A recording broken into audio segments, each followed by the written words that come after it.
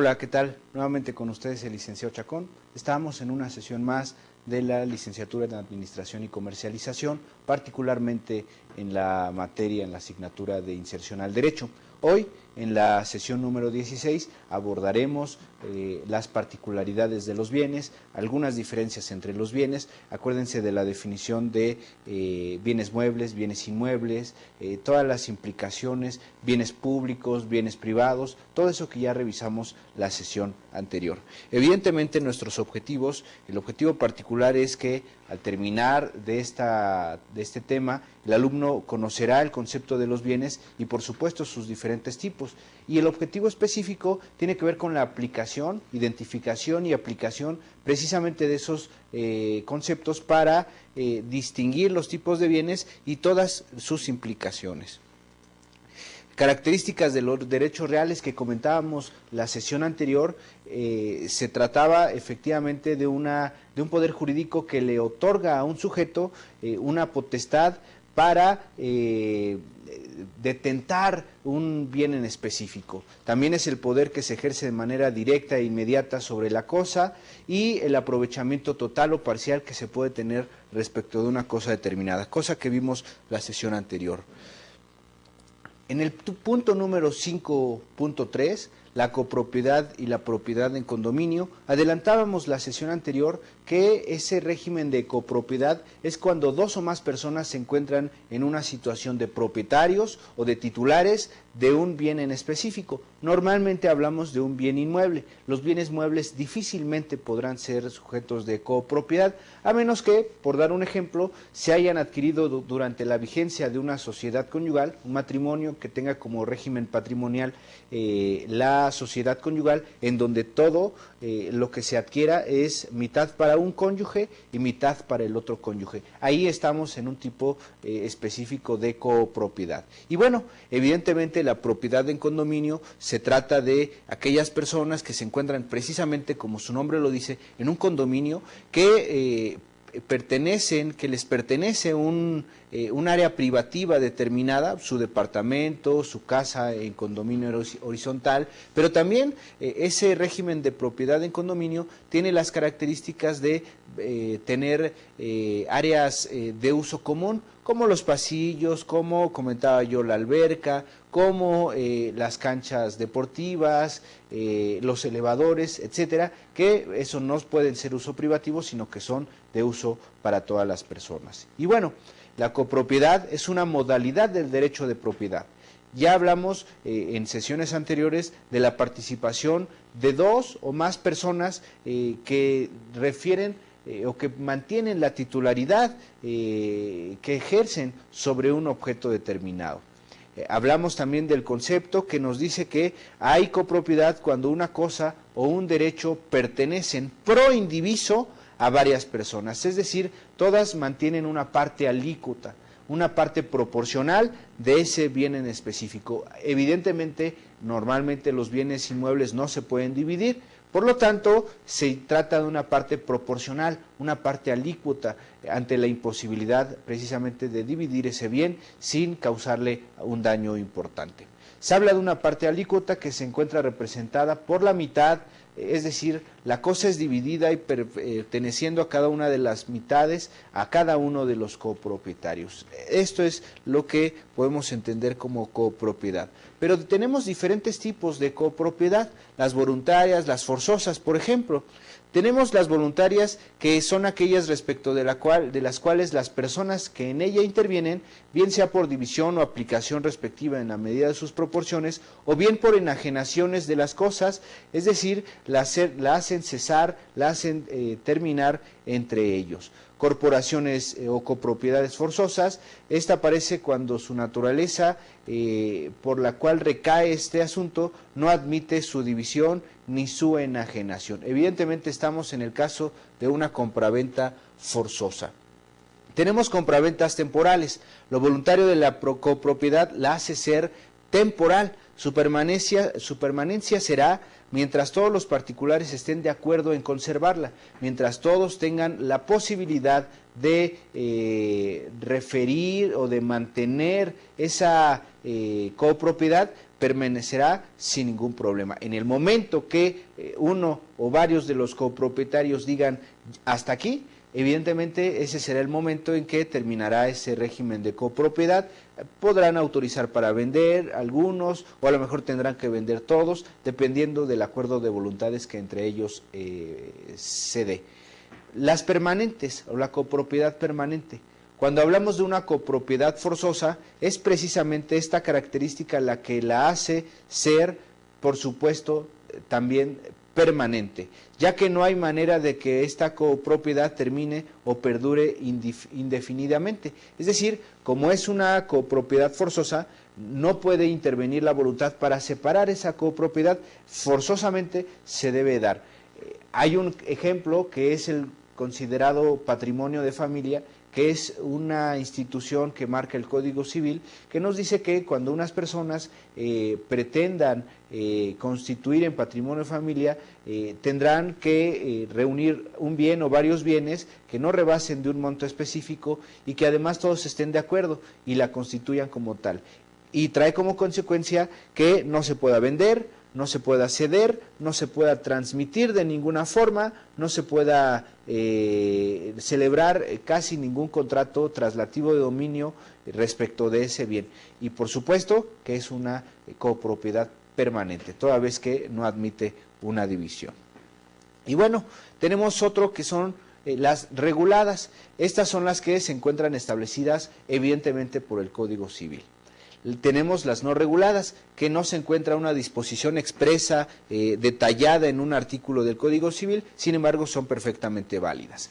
El número 7 nos dice que se trata sobre un bien determinado, son aquellas cuyo objeto es uno o varios bienes determinados, es decir, puede existir una copropiedad respecto de varios inmuebles que forman parte de un principal, un terreno, que dentro de él encuentra una casa. Evidentemente se trata de un bien inmueble que se encuentra dentro de un terreno, que al final de cuentas los propietarios de ese terreno serán los propietarios de ese bien inmueble y que se trata, por supuesto, de un régimen de copropiedad. Tenemos el número 8, que implica sobre una universalidad. Y veamos en su lámina, dice que tienen por objeto todo un patrimonio y se dan con mayor frecuencia tratándose de las transmisiones hereditarias. Es muy importante señalar que cuando una persona fallece, lo hace y al hacerlo transmite de manera universal, de manera general, su patrimonio.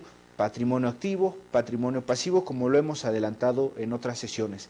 Y en ese sentido, toda la universalidad patrimonial se va a transmitir. ¿A quién se le va a transmitir? Pues a quien él haya señalado en un testamento. Pero si no señaló testamento, tenemos que atender a las reglas de prelación que nos da la ley para efecto de determinar quiénes son los herederos. Normalmente los parientes más próximos son aquellos que tienen derecho a heredar. Y entonces todos esos parientes, imagínense que murió un señor, todos sus hijos y la esposa en calidad de hijo, en la misma proporción de hijo, heredarán la parte proporcional que le correspondía a esos bienes propiedad del deudor. ¿Por qué digo la parte proporcional? Porque es muy posible que se hayan casado bajo el régimen de sociedad conyugal. Si se adquirió el inmueble en ese matrimonio y están bajo sociedad conyugal, la mitad es de uno y la mitad es de otro. La mitad es lo único que se va a suceder, de tal suerte que la esposa heredará en la misma proporción que un hijo y todos los demás hijos heredarán. Pues tanto los hijos como la esposa, al mismo nivel, en la misma proporción, serán copropietarios de todos los bienes que se hayan sucedido, de todos los bienes de la herencia. Tenemos un número 9 que dice por acto entre vivos. Evidentemente se trata o proviene de un acto entre personas que existen, en personas vivas. Dicho acto se traduce en un contrato de copropiedad. Dos personas celebran un contrato sin ningún problema. Por causa de muerte, surge a causa del fallecimiento, como lo adelantaba, de una persona, haya o no otorgado testamento. Esto es lo que da lugar a la copropiedad por causa de muerte, cuyo ejemplo específico lo he comentado ya. La situación jurídica de copropietario genera una serie de derechos y obligaciones, los cuales tienen por objeto varias cosas. La primera es que la cosa sobre la que recae el derecho de aquel recae sobre el bien inmueble específico. 2. La parte alícuota del copropietario, el porcentaje al perteneciente con el total de la propiedad, se le atribuye o le provee de ciertos derechos y de obligaciones específicas.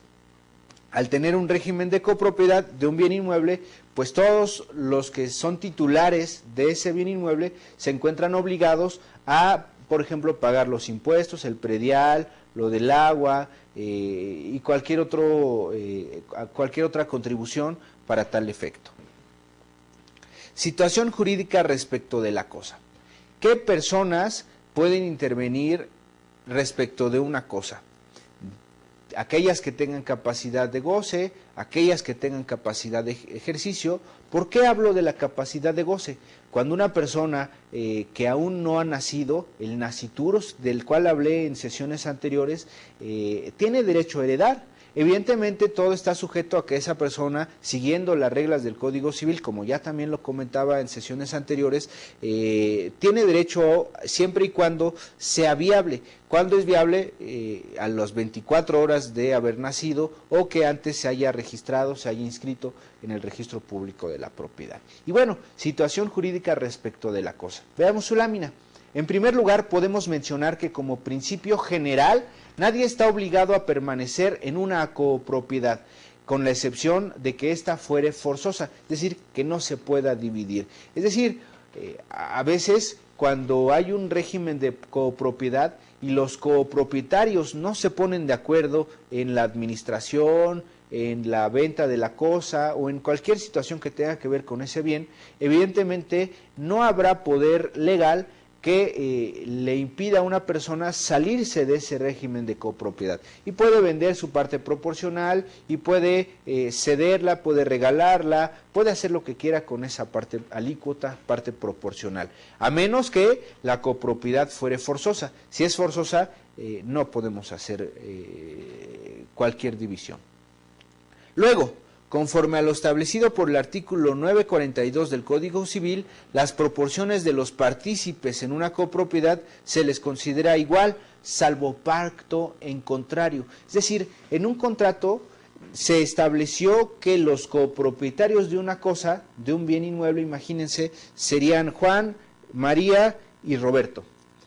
Pero no se estableció en qué proporción iba a ser. Puede darse que en acuerdo de voluntades digan Juan tiene un porcentaje, María tiene otro porcentaje, Roberto tiene otro porcentaje, pero si no se estableció expresamente, textualmente, cuál es el porcentaje de cada uno, si un 20, si un 40, dependiendo del acuerdo de voluntades, evidentemente la ley suple esa omisión y nos dice que se considerarán iguales, es decir, cada uno de los tres tendrá la misma proporción que los demás, por supuesto.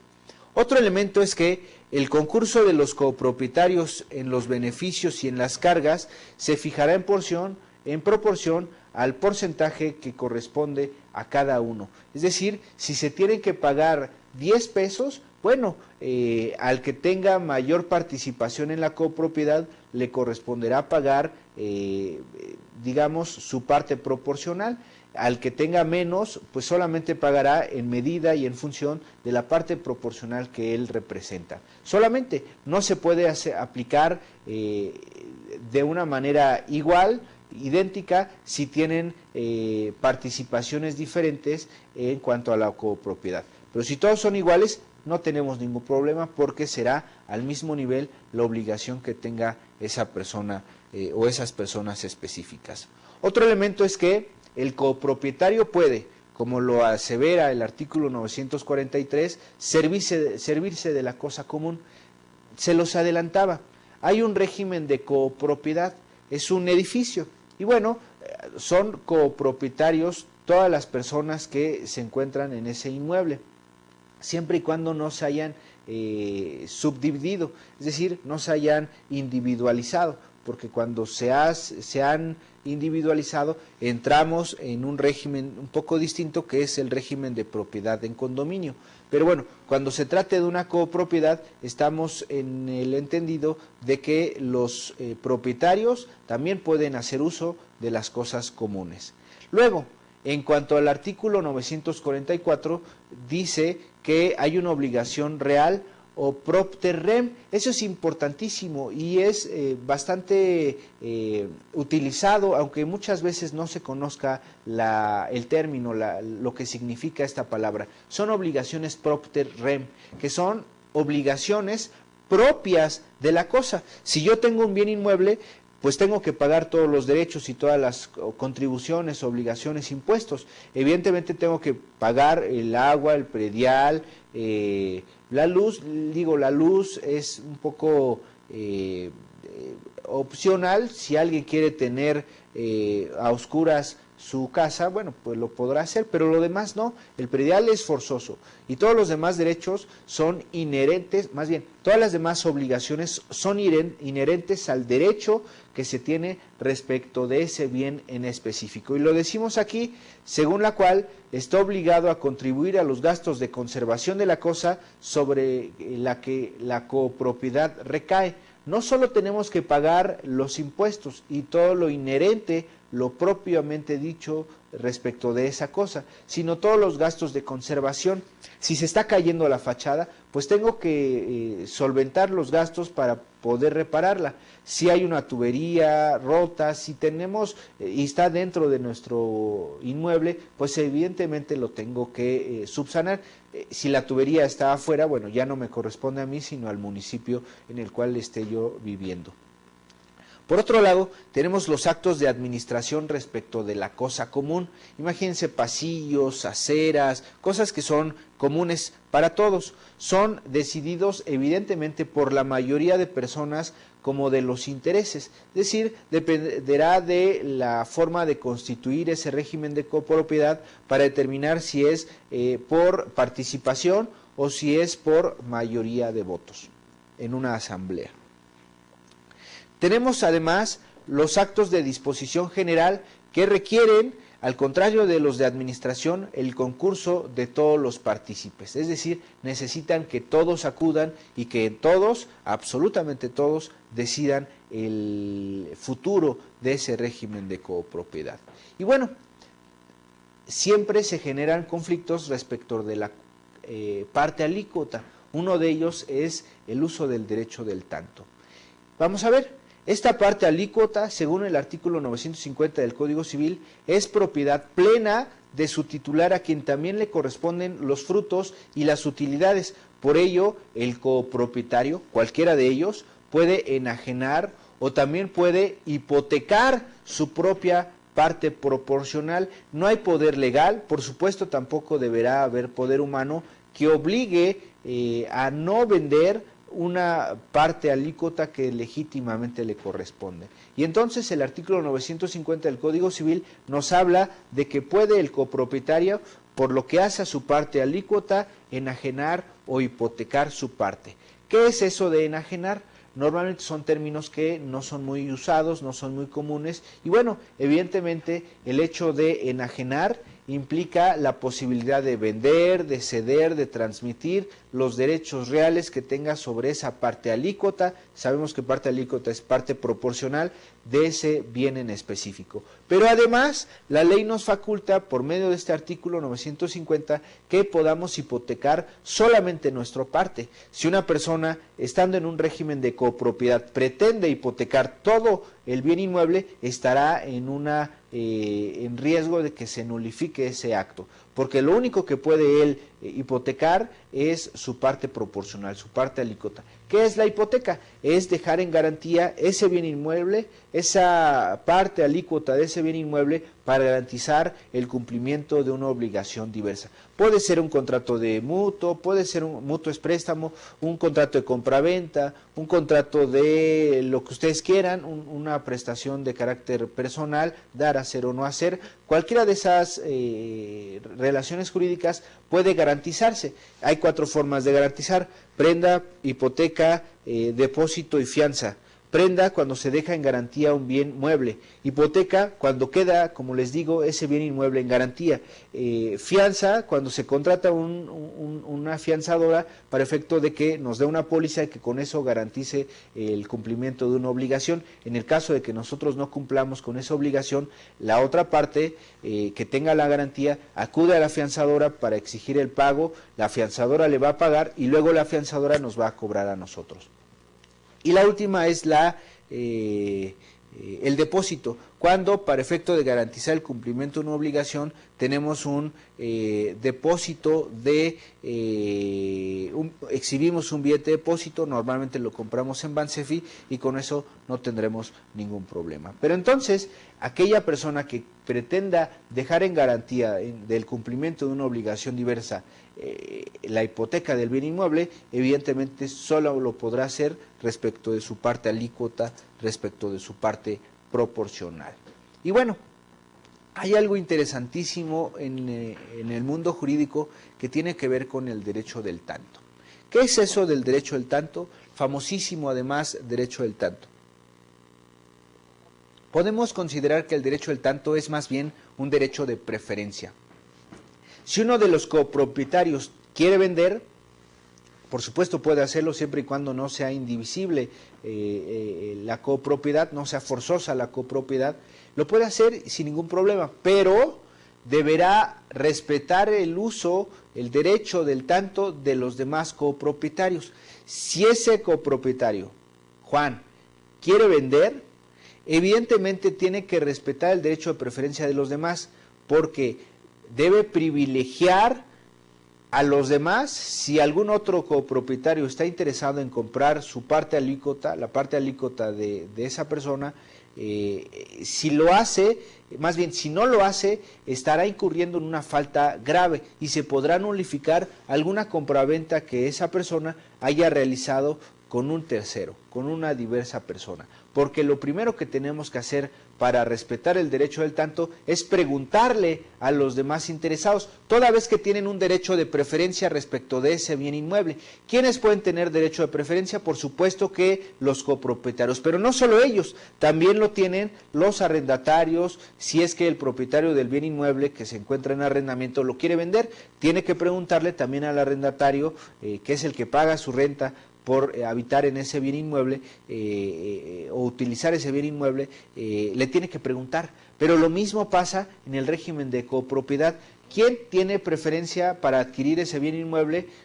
Por supuesto los copropietarios, evidentemente en atención de que ya poseen una parte alícuota de ese bien inmueble específico. Y bueno, el derecho del tanto lo podemos observar en su lámina. Hablamos de este tipo de derecho si es que un copropietario, como les digo, pretende enajenar. Una forma de enajenar es vender su parte alícuota. Sus partícipes, es decir, los otros copropietarios, deben ser preferidos en relación con terceros para adquirir dicha parte en igualdad de condiciones. Es un, como les digo, derecho de preferencia.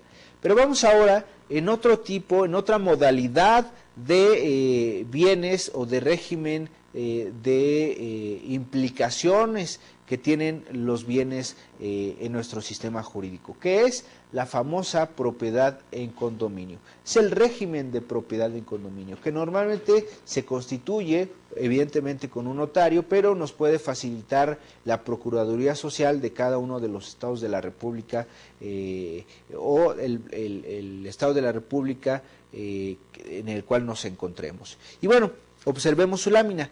El régimen de propiedad en condominio es una modalidad del derecho de propiedad por la que el titular, el condómino, tiene por una parte la propiedad, como les decía hace un momento, la propiedad exclusiva, la propiedad singular respecto de una casa, un departamento, una vivienda, un piso, un local, como unidad privativa, como dice su lámina, de la totalidad de ese bien inmueble. Tiene una parte particular, tiene una parte, le llamamos nosotros, privativa de esa propiedad general.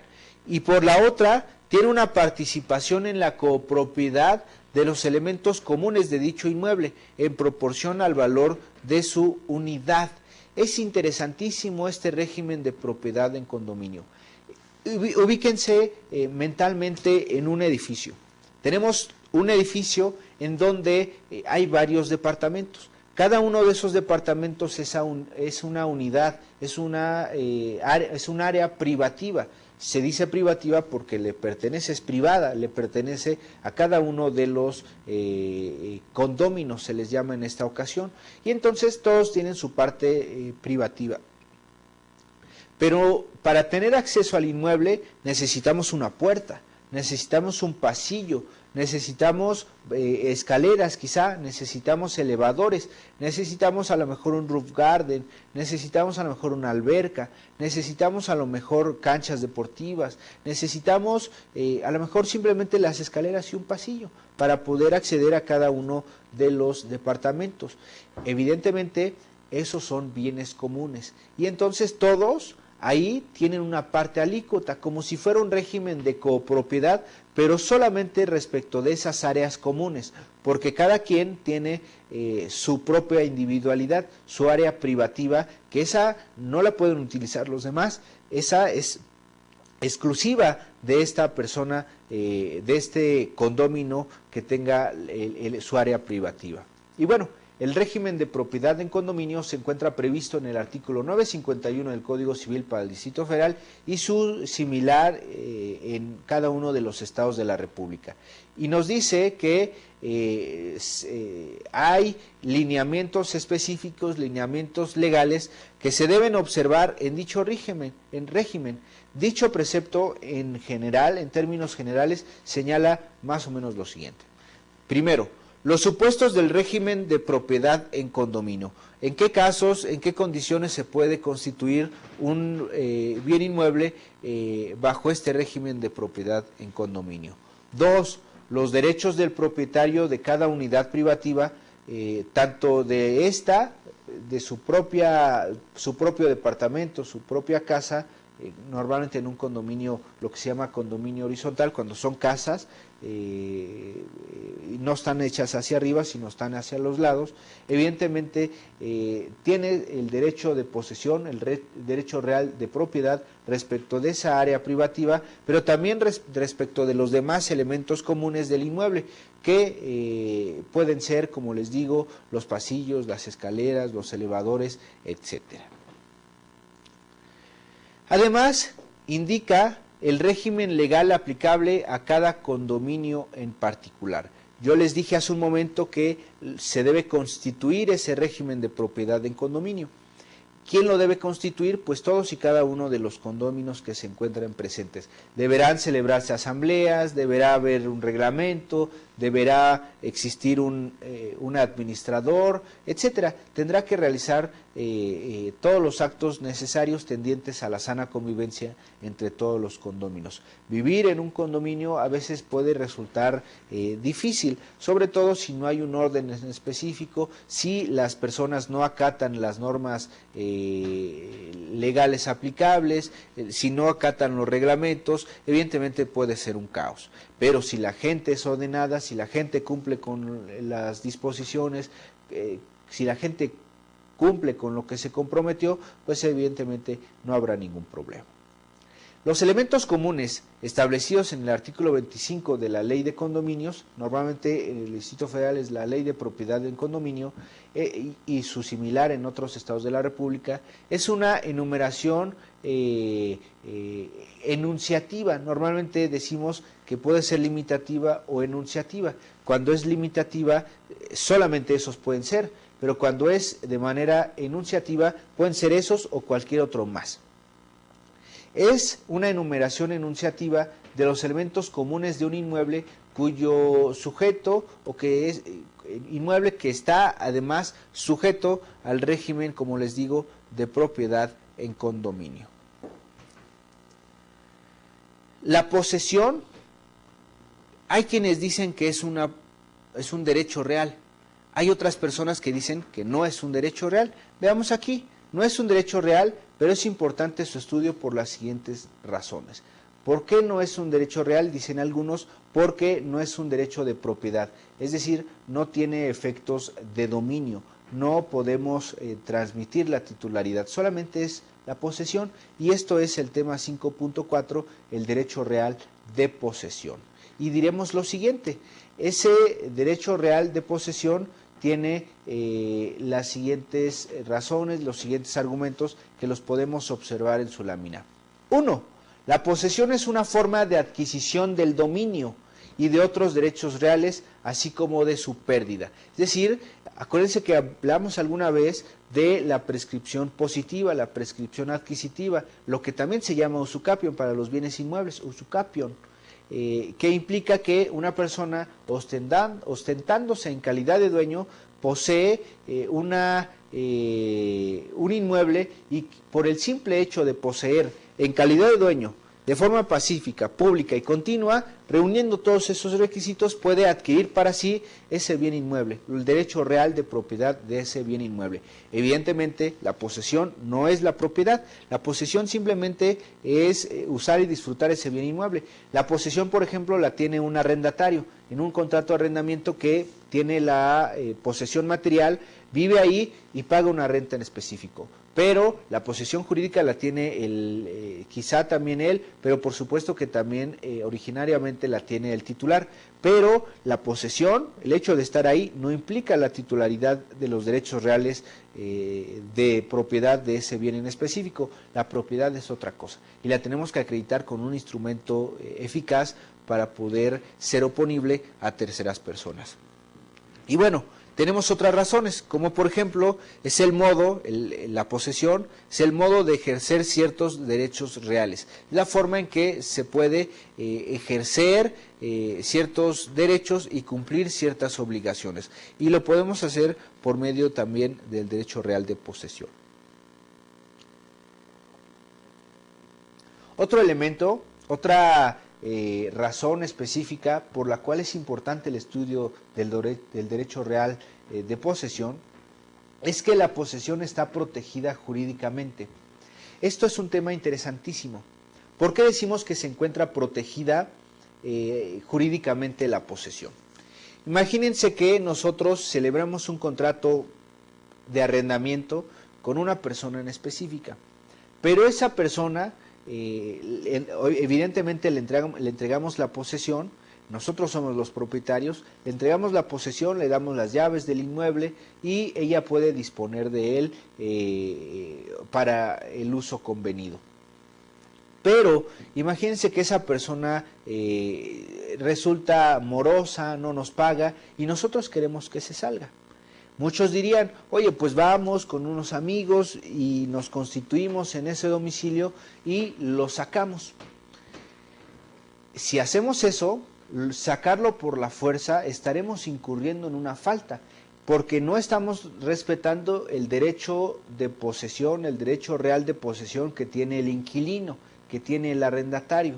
Porque nosotros celebramos un contrato en donde nos obligamos a respetar que esa persona use y disfrute ese bien, a cambio de una contraprestación económica, a cambio del pago de la renta.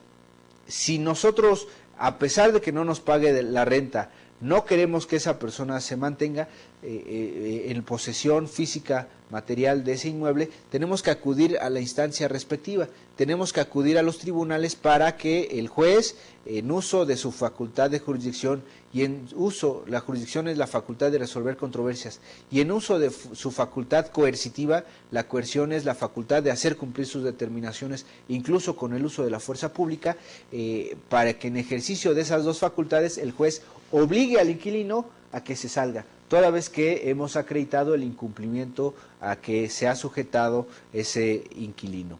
Pero si nosotros vamos y lo sacamos a la fuerza, estaremos cometiendo una violación a su derecho real de posesión, pero además eso es una materia civil, pero si nos vamos a la materia penal, incluso estaremos cometiendo el delito de despojo. Y ustedes me dirán, oye, pero ¿cómo es posible que cometamos el delito de despojo si esa persona, nosotros, somos los titulares de ese derecho real, somos los propietarios de ese bien inmueble? No importa. Nosotros celebramos un contrato de arrendamiento y le otorgamos la posesión material del inmueble. Si nosotros no respetamos esa posesión material, estaremos incurriendo en una falta y seguramente también en un delito. Por eso es importantísimo y es protegida jurídicamente el derecho real de posesión.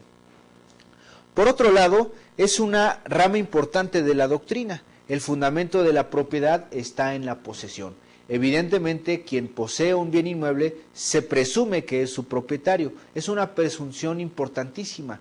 A lo mejor no tenemos ningún título que acredite la propiedad de ese bien en específico. Bueno, si no lo hacemos así, la ley hace presumir que somos los propietarios. Ya si llega algún tercero, si llega alguien con un mejor título, pues seguramente nos va a sacar de ahí. Otro elemento, otra razón por la cual es importante abordar el estudio del derecho real de posesión es que la posesión de buena fe suple el título de propiedad en algunas situaciones. La verdad es que esto es bastante difícil. La posesión, si es de buena fe, puede en algunos casos suplir la propiedad, pero no quiere decir que sea esto algo tan fácil. La verdad es que el único caso que advertimos en este momento es por la usucapión, el derecho de propiedad, el derecho de posesión pública, pacífica, continua y en calidad de dueño podrá hacerse merecedor de una acción de usucapión, de prescripción positiva, para adquirir, para prescribir positivamente un bien inmueble. ¿Qué podemos entender como el derecho real de posesión? Necesitamos dar un concepto y lo vamos a dar en este momento. Es un acto jurídico en donde el propietario entrega una cosa concediéndole el derecho de retenerla temporalmente en su poder en calidad de usufractario, es decir, aquella persona que usa y disfruta ese bien inmueble, utiliza y además percibe los frutos que genera ese bien inmueble. Si se trata de una parcela, bueno, usa un área privativa, su casa, pero además si es una parcela, un área de sembrado, bueno, disfruta, es decir, también se hace merecedor a los frutos que obtenga esa parcela. Eso es el usufructo, el usufractario. Pero también en calidad de arrendatario, aquel inquilino que tiene la posesión material. Pero también el acreedor pignoraticio. ¿Qué es eso del acreedor pignoraticio? Es aquel acreedor que se encuentra garantizado un bien en prenda y que no tendrá ningún problema para respaldar el cumplimiento de una obligación con ese bien en específico. El que la posee a título de propietario, por supuesto que otorga cierto poder de retenerla, cierto poder de retención a todas estas personas. Por supuesto, el propietario sin ninguna limitación. Y el otro, una posesión derivada, que puede ser que permita al arrendatario o cualquier otra persona poseer ese bien inmueble a cambio de una contraprestación o incluso como el comodato, que normalmente es a título gratuito. Y bueno, posesión en las doctrinas de Savigny y de Jhering. ¿Qué quiere decir esto de las teorías de Jhering y de Savigny? Juristas además importantísimos que nos señalan una idea importante acerca de ese derecho real de propiedad. Veamos, dos doctrinas centran el estudio de los elementos de la posesión y son estas dos, la de Savigny y la de Jhering. La teoría subjetiva es la de Savigny y es la teoría adoptada por el Código de Vélez. Para esta teoría de la posesión se tienen tres elementos fundamentales: el corpus, el animus genérico y el animus dominus. Es decir, lo sustancial de esta teoría es el animus dominus, el ánimo de tener el derecho de dominio respecto de ese bien. Lo explicamos así: es la intención de tener la cosa como suya. Para la teoría subjetiva, el que carece del elemento intelectual solo es un mero tenedor y por tanto desprovisto de la protección de las acciones posesorias. Es decir, esta persona nos dice que solamente pueda tener posesión aquel que justifique con un título suficiente ese derecho real de posesión, que tenga unas escrituras, que tenga un contrato de arrendamiento, etc. Tenemos la teoría de Jhering, que es la teoría objetiva. Se basa en la crítica de la anterior. Normalmente las teorías que vamos a encontrar en el mundo jurídico y seguramente en otras áreas del conocimiento siempre se contradicen y encontramos al final una teoría ecléctica, una teoría que justifique las dos, o podemos utilizar la que más nos acomode. En derecho normalmente aplicamos la teoría que adopte nuestra legislación, porque lo único que tenemos que hacer nosotros es cumplir. Quizá no interpretar, quizá no decidir entre cumplir o no cumplir, o cumplir parcialmente, o cumplir de una forma determinada. Lo único que tenemos nosotros que hacer es cumplir con la norma. Pero bueno, para este autor, la prueba de la existencia del animus dominis es prácticamente imposible, por lo que es un elemento superfluo que no tiene ningún sentido. Lo que importa es el corpus, el hecho de poseerla, el hecho de mantenerla. Para esta teoría de la posesión y tenencia pueden entenderse como una sola misma cosa. La posesión y la tenencia es exactamente lo mismo. Lo que distingue es la posesión originaria y la posesión derivada. Y bueno, la posesión originaria, según el artículo 27 constitucional, nos dice que todo el territorio nacional es propiedad originaria de la nación y que puede otorgarla a diversas personas constituyendo la propiedad privada. Pero esa persona que tenga una propiedad privada puede derivar su posesión, puede ser por medio de algún contrato de los que ya hemos estado hablando en esta sesión. La posesión es un derecho, ya que para él el derecho no es sino el interés jurídicamente protegido, que en este caso es el detentar materialmente o jurídicamente un bien inmueble. Objeto de la posesión. ¿Para qué nos sirve la posesión? ¿Cuál es la finalidad de la posesión? El artículo 794 del Código Civil nos da mucha luz al respecto. Dice que solo pueden ser objeto de la posesión las cosas y los derechos que son susceptibles de apropiación. Lo primero que nos dice es que solo se puede poseer cosas, es decir, los bienes corpóreos, pues la posesión presupone el poder físico sobre una cosa determinada. Esta computadora, algún elemento de nuestro foro, evidentemente también será un bien que puede ser susceptible de posesión porque es un bien corpóreo, es un bien corporal. Y bueno, no obstante, no basta que sea una cosa, además debe estar en el comercio, porque si queremos, como adelantaba en la sesión anterior, si queremos vender el Palacio de Bellas Artes, no se va a poder. Su venta y circulación debe ser libre, por lo tanto, debe estar en el comercio. Esto implica que no esté prohibido, que no sea inmoral y que por supuesto no sea contrario a las buenas costumbres. Cualquier bien que sea de esta naturaleza no podrá ser susceptible de tener un derecho real de posesión y evidentemente no se podrá ejercer ese mismo derecho real de posesión. Tenemos al poseedor que la doctrina y nuestro Código Civil llama como de buena y de mala fe. ¿Qué es eso de la buena y mala fe? El artículo 806 en la parte conducente nos dice: es poseedor de buena fe el que entra en la posesión en virtud de un título suficiente para darle ese derecho de poseer. Entonces, aquella persona que justifique con un buen título, con un justo título, ese derecho de mantener la cosa, será considerado como un poseedor de buena fe. Y bueno, el poseedor de mala fe es el que entra en posesión sin título alguno para poseer, lo mismo que el que conoce de los vicios que tenga ese título que le impiden poseer ese derecho específico. Alguien vende un inmueble y resulta que no era el propietario. Bueno, pues ahí están sujetos a vicios y resulta que el vendedor le permitió al comprador habitar, poseer ese bien inmueble y después llega el propietario, resulta que ahí hay un vicio. Ese es un poseedor de mala fe, toda vez que no acredita, el que ya se encuentra viviendo en ese inmueble, no acredita un justo título para poder vivir en ese en ese inmueble. 5.5 es el tema que tiene que ver con los modos o medios de adquirir la propiedad. Y bueno, tiene bastantes implicaciones muy interesantes todas, que tienen que ver con la forma en que podemos adquirir la posesión, la posesión material de un objeto, de un bien mueble o de un bien inmueble. Es necesario hacer esa aclaración. Podemos poseer tanto bienes muebles, que son los ejemplos que he estado diciendo, pero también podemos poseer los bienes muebles. Son susceptibles de apropiarse, son susceptibles de poseerse o de desposeerse.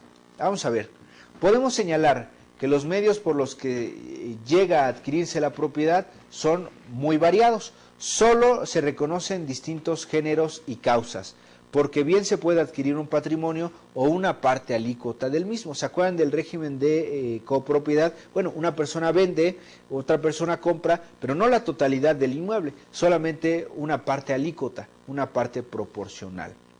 Es posible también una adquisición sin cubrir prestación alguna, a cambio, por supuesto, o contrariamente que se adquiera a cambio de una contraprestación.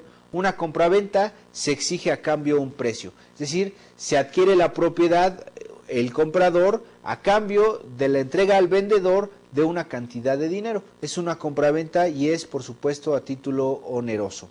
Pero también puede ser a título gratuito, que no haya que pagar ninguna cantidad de dinero y no tengamos que realizar ninguna conducta ni cumplir ninguna condición.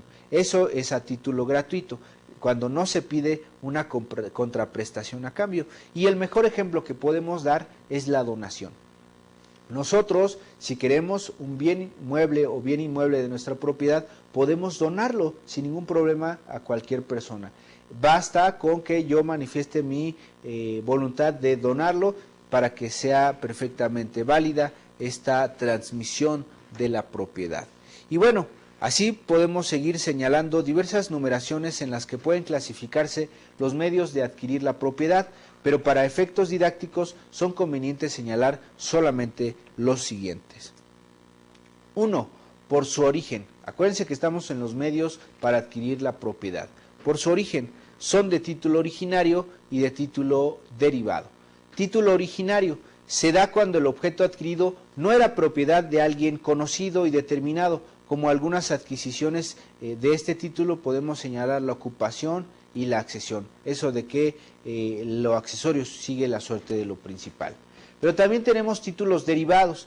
Tiene lugar si un sujeto transmite su derecho de propiedad al adquirente. Podemos señalar cualquier contrato traslativo de propiedad como título derivado. Una cesión de derechos, una compra-venta, etc. Posesión o propiedad derivada. Después tenemos por la extensión de su objeto. ¿Qué es eso de la extensión de su objeto? Son los medios de adquirir la propiedad que se dividen además en esto, en título universal y título particular. Título universal cuando se adquiere todo o una parte alícuota de un patrimonio total, es decir, su activo y su pasivo. Acuérdense que el activo son los bienes y derechos y el pasivo son las deudas, las cargas y las obligaciones. Y bueno, lo mismo pasa en la herencia, que es un caso que ya hemos comentado. Y discutiblemente en la donación universal, que eso no vamos a entrar al respecto en esta sesión. Y tenemos a título particular, cuando es solo respecto de uno o varios bienes, pero un bien determinado en concreto, específico, como lo es la adquisición por contrato, por ocupación, por prescripción, etcétera, que es a título universal. Nos referimos solamente a la adquisición de un bien en específico de todo un patrimonio.